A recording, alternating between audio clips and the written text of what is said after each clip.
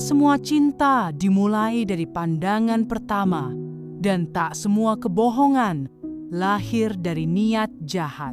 Kisah ini bukan tentang dongeng, tapi tentang seorang perempuan sederhana yang akhirnya dicintai oleh pria yang memilih untuk menutup matanya dari dunia hanya agar bisa melihat manusia dari hatinya. Sebelum kisah ini dimulai, mari kita isi kolom komentar dengan sholawat untuk Nabi Muhammad Shallallahu Alaihi Wasallam. Semoga setiap cinta yang kita temukan adalah cinta yang membawa berkah dan ketulusan. Namaku Sari, dan ini kisahku. Aku tak pernah menyangka perjalanan hidupku yang dimulai dari desa kecil di Jawa Timur akan membawaku ke titik ini. Menikah dengan pria Belanda, majikanku sendiri, seorang duda yang selama ini kuanggap buta. Dan malam pertama kami mengubah segalanya. Namaku Sari, usiaku 25 tahun.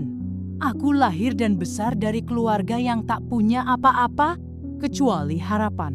Ayahku buruh tani, ibuku tukang cuci, tapi mereka adalah manusia paling jujur yang pernah kutahu. Dari merekalah aku belajar bahwa hidup tidak selalu adil, tapi kita selalu punya pilihan untuk tetap jujur atau menyerah pada dunia. Aku tak lulus SMA, uang jadi alasan bukan niat. Dan saat itu, satu-satunya cara keluar dari kemiskinan adalah pergi ke luar negeri, menjadi TKW. Negara tujuanku, Belanda. Entah kenapa, agensi menempatkanku di sana. Negeri yang hanya kukenal dari buku pelajaran. Ketika pesawat mendarat di Schiphol, tanganku gemetar. Tak bisa bahasa, tak kenal siapa-siapa. Tapi aku datang membawa satu hal. Tekad, aku ingin membelikan rumah untuk orang tuaku, agar mereka tak lagi tidur beralaskan tikar. Aku ingin mereka hidup layak. Setelah pelatihan, aku ditempatkan di rumah pria bernama Willem. Duda, usianya 45 tahun. Buta, katanya. Majikan yang tertutup, katanya. Banyak TKW sebelumnya tidak tahan, tapi aku tak punya pilihan. Rumah itu sunyi, klasik, besar, penuh buku dan lukisan, tapi terasa seperti museum kenangan. Willem duduk di kursi dekat jendela ketika aku datang. "Namamu Sari?" tanyanya dalam bahasa Inggris. Aku mengangguk. "Yes, sir. Don't call me sir. Just Willem," katanya pelan. Dari awal aku tahu ada sesuatu yang berbeda darinya. Ia bukan lelaki kasar, tapi juga bukan yang hangat. Matanya selalu tertutup. Tapi anehnya ia bisa tahu setiap langkah kakiku. Seolah ia bisa melihat dengan cara yang tidak kupahami. Malam-malam pertama, aku sering menangis diam-diam. Bukan karena disiksa, tapi karena kesepian. Tapi aku bertahan, karena itu satu-satunya jalan. Hari demi hari, kami mulai bicara. Ia cerita tentang istrinya yang meninggal karena kanker. Dan bagaimana kematian itu merenggut bukan hanya orang yang ia cintai, tapi juga kepercayaannya pada manusia. Suatu sore ia bertanya, "Sari, kenapa kamu tetap di sini? Padahal aku tahu, aku ini tidak menyenangkan." Aku hanya berkata jujur, "Karena saya butuh pekerjaan, Tuan." Ia tersenyum.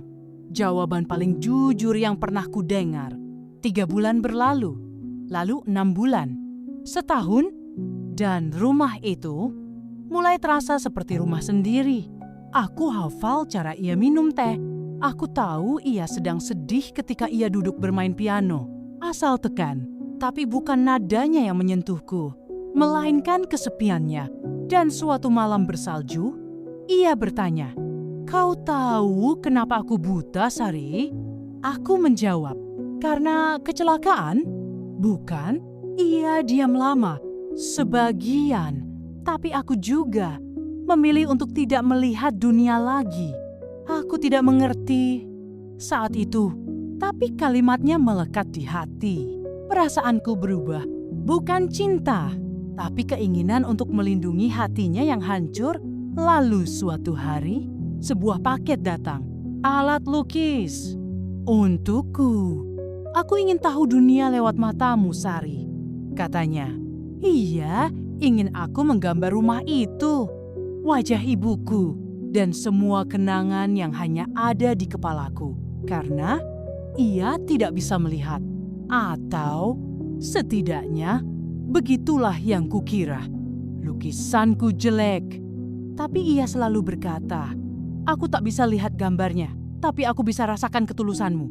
Hingga suatu malam, dengan jas hitam yang jarang ia kenakan, Willem duduk di ruang tamu. Sari, katanya, aku ingin kamu bersamaku, bukan sebagai pembantu, tapi sebagai pendamping hidup. Aku gemetar, aku ingin menikahimu, Sari, karena kamu membuatku merasa hidup kembali. Dan saat ia menyebutkan mahar 1 miliar, tangisku pecah. Bukan karena jumlahnya, tapi karena untuk pertama kalinya dalam hidupku, aku merasa dihargai sebagai manusia. Tapi malam pertama datang dan rahasia terbesar terungkap. Ia melepas kacamatanya dan menatap langsung ke arahku. Untuk pertama kalinya, aku mundur. Kamu tidak buta? Ia mengangguk. Maafkan aku tidak buta. Aku hanya ingin tahu siapa yang benar-benar melihatku. Air mataku jatuh. Segala kejujuran bercampur dengan satu kebohongan besar. Tapi Willem berlutut di hadapanku.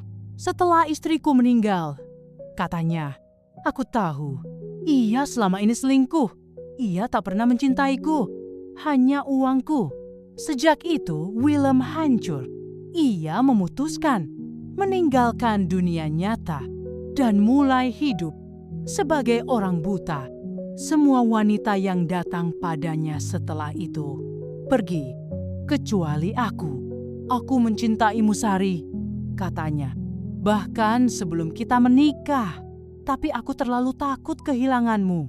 Aku menangis karena aku tahu aku pun mencintainya. Malam itu, untuk pertama kalinya kami tidur dalam satu ranjang. Tanpa sentuhan, tanpa kebohongan.